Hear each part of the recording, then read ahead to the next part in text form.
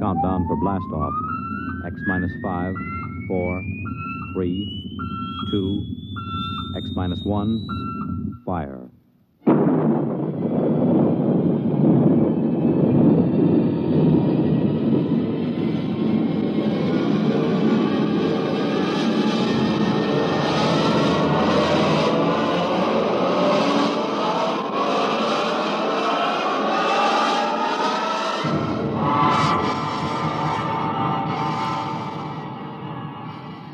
From the far horizons of the unknown come transcribed tales of new dimensions in time and space.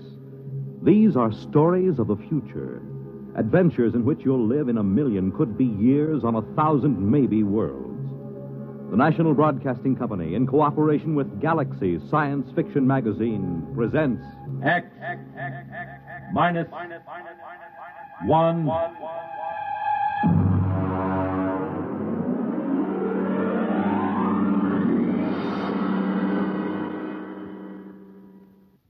Tonight, the time is 1965. The place, a golf course.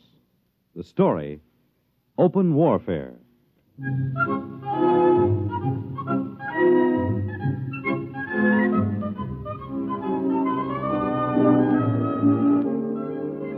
You wouldn't believe it, but there are some people that think that caddy is a pet name for a big car. No, I mean it. Over those little wagons you pull around the course or carrying their own clubs, there are people actually playing golf for years, never seen a caddy. As far as I'm concerned, you take the human element out of golf or any sport, and what do you got left? Nothing. I mean, you could say I'm prejudiced on account of my being a caddy, but that's the way I feel about it. Besides which, a caddy is a perfect observer of the passing parade of human experience. I'll give you for instance. Now, you take Jim Pearson. He won the U.S. Open in 1960, 61, and 64. Well, let me tell you about Jim Pearson. He was the pro at the club here, and I remember when it all started. He was out playing with Mr. Hatcher. That's Sam Hatcher. He couldn't break 90 if the ball had wings. And in the locker room, he looked like a sack of flour that had been set down hard. But he was loaded with money. Anyway, they were waiting for a foursome of dames who shouldn't have been wearing slacks. When Hatcher turned to Jim, and with a real sweet smile, he lowered the boom. Jim, you're a good golfer. Thank you, Mr. Hatcher. You're a good golfer, even if you can't teach me anything. Oh, you're coming along fine, Mr. Hatcher. We've been good to you at the country club, haven't we? Oh, yes. I want you to do something for me. Yes, sir? Stay away from my daughter. Oh, well, Mr. Hatcher. I won't have Alice marrying a man who has nothing but coordination and muscles. What? When I was only your age, I was making $50,000 a year. It takes brains to do that. Brains get more valuable. Muscles deteriorate. There's nothing muscles can do that a machine can't do better. You don't think I could make $50,000? I know you can't. You haven't got the guts. Now, listen, Mr. Hatcher. I'm just quoting history, Jim. Take the tournament in St. Louis. You blew up. And the Goodall and the Palm Beach. You could have won all those. But you blew. You chickened out. That's not exactly fair, Mr. Hatcher. But it's true. I can make $50,000. Yes, in your whole life. Oh, no, in 1 year. Oh, you can? Yes, sir. All right, Jim, you're a sportsman. I'll tell you what I'll do. If you can make $50,000 in 1 year at this infantile pastime that you call golf, you can have Alice. Why, that's the most arrogant What's thing. the matter, Jim? Don't you think you can do it? I know I can do it. All right, then. Is it a bet? All right. All right, it's a bet. Very well, then. I believe the ladies are finished. Shall we drive?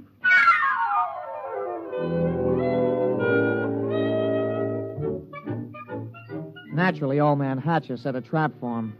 And I guess it worked pretty good, too. Jim knew I heard the whole thing, so he used to talk it over with me. Hey, you've been doing real good this season, Mr. Pearson. Sure. Been away on the whole circuit. I haven't seen Alice more than 1 day at a time in the last 6 months. You, hear from Miss Hatcher? Oh, yes. Yes, I got a telegram right after I won the first tournament. It said, and I quote, "I won't be bought and sold. Signed, Alice." She found out about that bet, huh? Yeah, I'm sure her father made sure she did. Wouldn't it frost you? It did. It cost me $5,000 in tournament money, and then I just got mad. You know, the cold mad, the kind of mad that puts 20 yards on your drive? Yeah, I know what you mean. Sometimes when I get sore at the caddy master, I go out to the driving range. Bango! Every time you hit it, you got it right between his eyes. Yeah, that's the idea. Every time I slam a ball down the fairway, I feel as if I've just belted Hatcher right behind the ear. You, still figure you got a chance? Oh, I'm going to get that $50,000 this year, all right. I'm going to win the U.S. Open, and that's worth $25,000 in cash plus vaudeville appearances or Ed Sullivan's television show or something.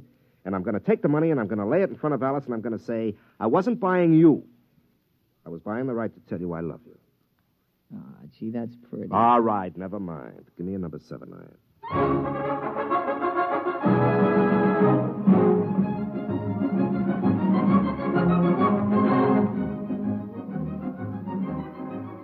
Jim Pearson sure was burning up the circuit.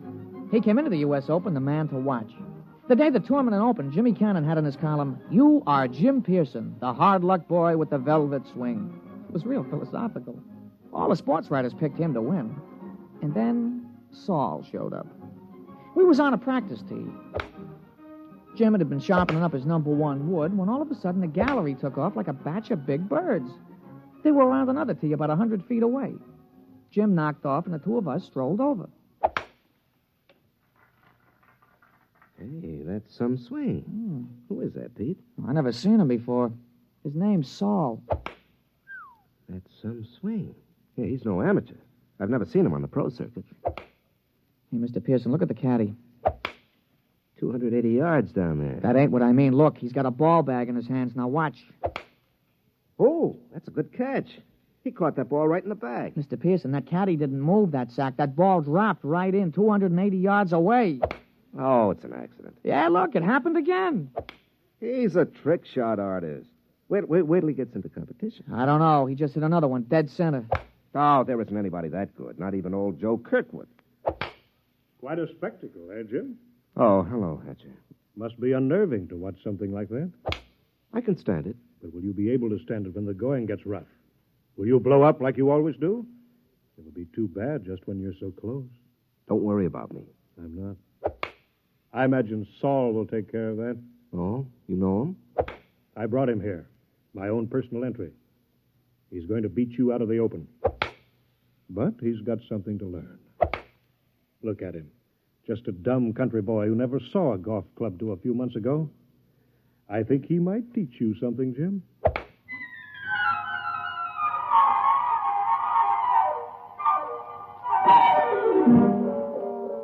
I could tell Jim was going to have a good day the minute he took his driver out of the bag.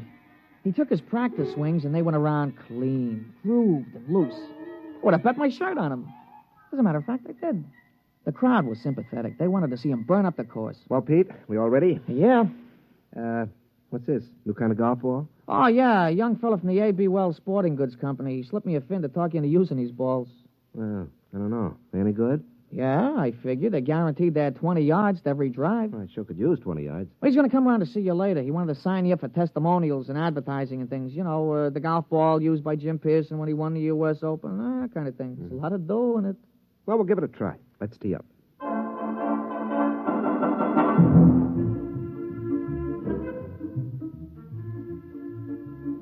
Oh, he started off real good. A long, straight drive right down the fairway. It was a birdie 4. Jim was clicking him off that day. There you are, Pete.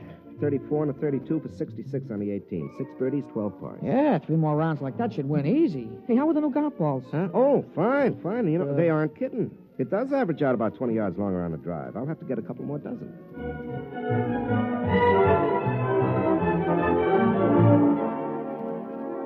We went around and watched Jim's score being posted on the big board. Most of the field was still out, but he was ahead of the closest competitor by 3 strokes. Who's that? Oh, somebody coming down the 18th. It must be a hot round. Yeah, I'll be posting it in a minute. Oh, Saul. Hmm? Yeah, you see there he is walking through the crowd. Yeah. Well, here comes the secretary with the score. Hey, Mr. Pearson, look at it.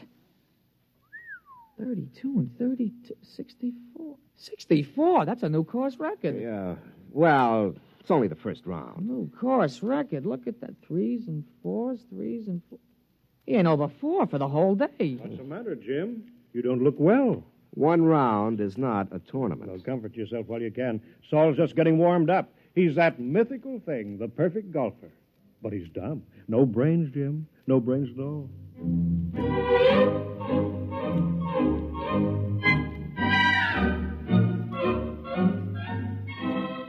Naturally, in the sports broadcasts and the newspapers, Jim could have been playing on a miniature golf course at Asbury Park, New Jersey. The big news was Saul. They all called him Silent Saul. The odds the boys in the shower room played around with on Pearson took a dive, and you couldn't get even money for Saul.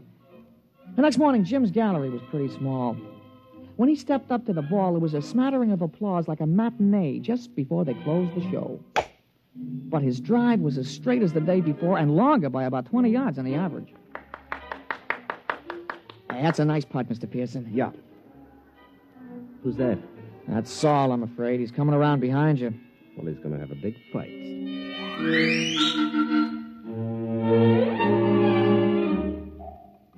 Jim's second nine was a duplicate of the day before. Another 32. He equaled Saul's record-tying score of yesterday. Then when we came in to read it on the big board, he looked like somebody hit him on the head with a driver. Look at that, Pete. 31 out, 31 back for a 62. He's got me by 2 strokes today. And 4 strokes in all. What do you got to say, Jim? Oh, nothing, Mr. Hatcher.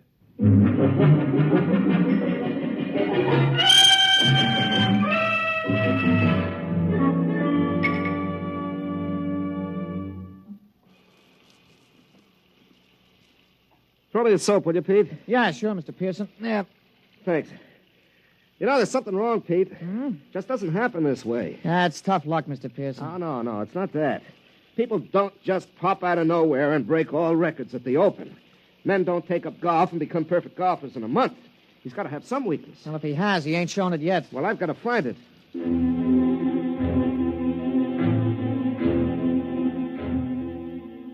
Jim was out the next morning, and he came in with a classy 32. On the back nine, he slipped a stroke to 33. He was still 4 down. He shook off a couple of reporters who were trying to egg him into a feud with this Saul, and the two of us just hung around in the crowd watching Silent Saul. His first drive went a clean 300 yards down the fairway, straight as a ruler. Pete, there's something about his swing. There's something about it. I've seen it before. Oh, you never saw that Silent Saul before, Mr. Pearson. Still, there's something about his swing.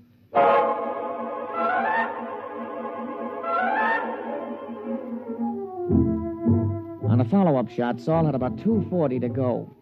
He took a club from his bag and took a few wiggling gestures, set his driver behind the ball, and swung. Pete? Did you see that swing? Those wiggles? Yeah, well, a lot of guys do that. Yeah, but it's unnecessary. I mean, you don't have to make those wiggles before you address the ball. Yeah, sure, and you don't have to spit 3 times every time you got a tough putt, but you do. But there's still something strange about him. Everything about him is perfection, except those wiggles. And he doesn't talk. Look at him putting. Just look at him. Mm-hmm. That could be Todd Winters, couldn't it? Yeah, he does look something like Winters. Yeah, when he putts. But that iron shot, who wiggles like that? Who does those wiggles?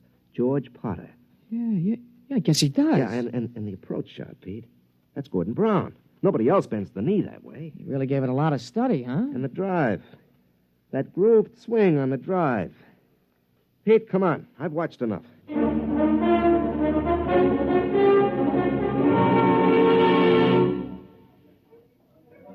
Ah, Pearson, a 63, I see. You're 6 strokes behind with 1 round to go. You want to give up now? I don't think I will. I think we'd better talk about it privately. Oh, that won't be necessary. Well, it doesn't matter to me, but I know that Saul is a robot. So you think he's a robot? Isn't he? Of course he is. How does it feel to be beaten at your own game by a mindless machine? Oh, you haven't won yet. The golf ball takes some funny bounces. How did you find out about Saul? Oh, Saul is a lot of things, but none of them is Saul. He's Todd Winters, George Potter, Gordon Brown, and his drive, that's me. You copied it after me. Take us away and there's nothing left. Tell me, how'd you do it? Money can do anything. All it needs is a purpose. We've been working on colloidal brains up at our place. Our new miniature atomic power plant is ideal. You throw in some sensory mechanisms, some relays, feed in analysis of a slow-motion pictorial study. And you have a golf machine. Must have cost hundreds of thousands of dollars. Closer to $1 million. $1 million? $1 million to keep me from winning $25,000? Don't you think that's unfair? Unfair? You listen to me. Nothing is unfair that doesn't break the rules. And the only rule worth remembering is this, that the best man always wins. You mean the best machine? A machine is only an extension of a man, like your golf club. I don't happen to be endowed with golfing muscles and responses. You do. Those in your golf clubs let you hit a ball farther and straighter than anybody else. Saul lets me hit a ball farther and straighter than you do. It's as simple as that. No, wait a minute. That wasn't the bet. The bet was that I couldn't make $50,000 in a year. Maybe it was your bet. It wasn't mine. I bet that I could beat you at your own game. I don't think that you're good enough for Alice. You're not smart enough, not man enough. Should I let a few well-distributed, well-trained muscles blind her to what you really are? And what's that? You're a quitter. You can't stand pressure. You're no competitor. If you can't win at your own game, you can't win at anything else. Suppose I win tomorrow. 6 strokes back? Playing against the perfect golfer? Suppose. Then I'd have to admit I was wrong. You have my word on that. And you could also have Alice, if she wants you.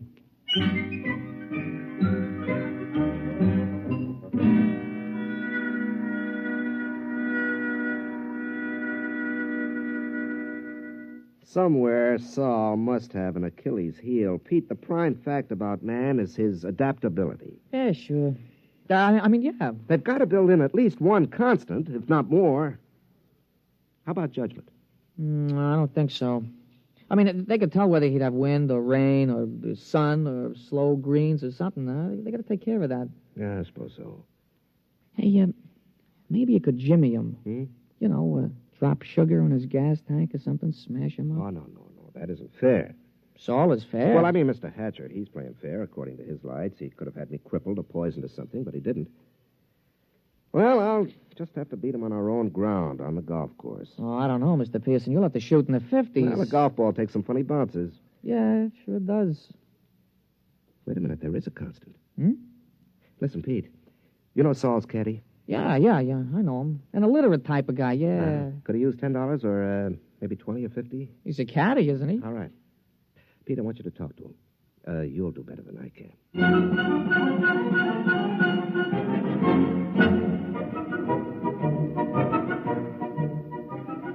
The management of the tournament is no fool. They know which side their television rights are butted on, and they had Saul and Jim paired for the final round.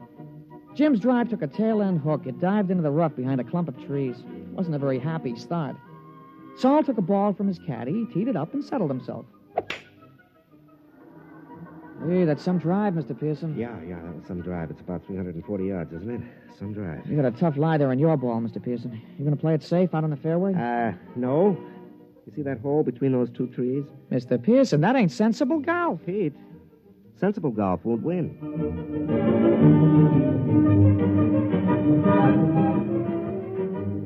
Well, he made it. The ball went through the opening and rolled to a stop just in front of the green. Saul's easy 4-iron shot was dead on the pin all the way. But it hit the back edge of the green and hopped into the rough. Jim took an easy putt for a birdie, and Saul's recovery was long, and 2 putts gave him a par. Well, that's one of the strokes I need. And that's the way it went. Jim's game sparkled, and Saul's game kept finding trouble. For the first 9, Jim came in with a scorching 30, while Saul came in with a 33. Kept on like that. Saul kept overshooting the green. They came into the 18th hole with Saul still 2 strokes up. Now, look, don't you worry, Mr. Pearson. You're going to tie him for sure. Oh, that's no good, Pete. By tomorrow, his game will be on again perfectly. Jim's drive sliced behind a fringe of trees. He had to shoot blind. He made it on the green, about 25 feet from the cup. Okay, Pete. This is it. Saul's in for a 5. Don't you worry, Mr. Pearson. Don't you worry. Okay, I won't. He lined it up. He studied the green. He noted the slope and the lay of the grass, and then he stroked the ball. We did it, Mr. Pearson, we did it. You're the new U.S. Open champion.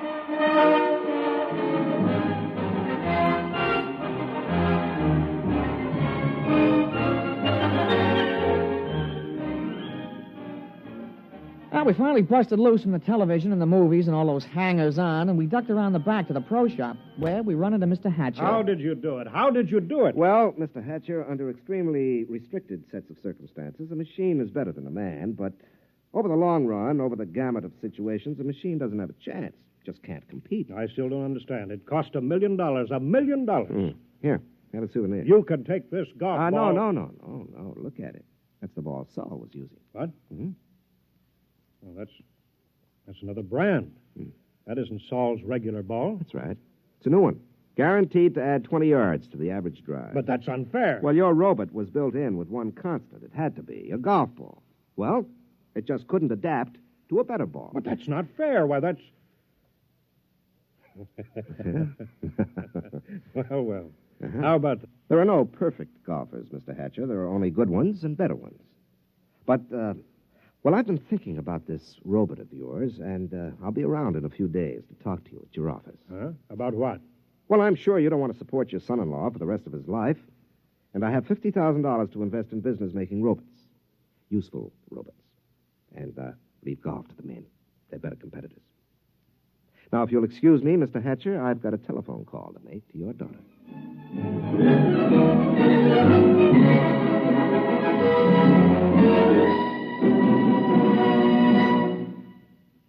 You have just heard X-1, presented by the National Broadcasting Company in cooperation with Galaxy Science Fiction Magazine, which this month features The Other Celia, a story which proves that something drastic should happen to all snoopers, but nothing as shocking and frightful as this.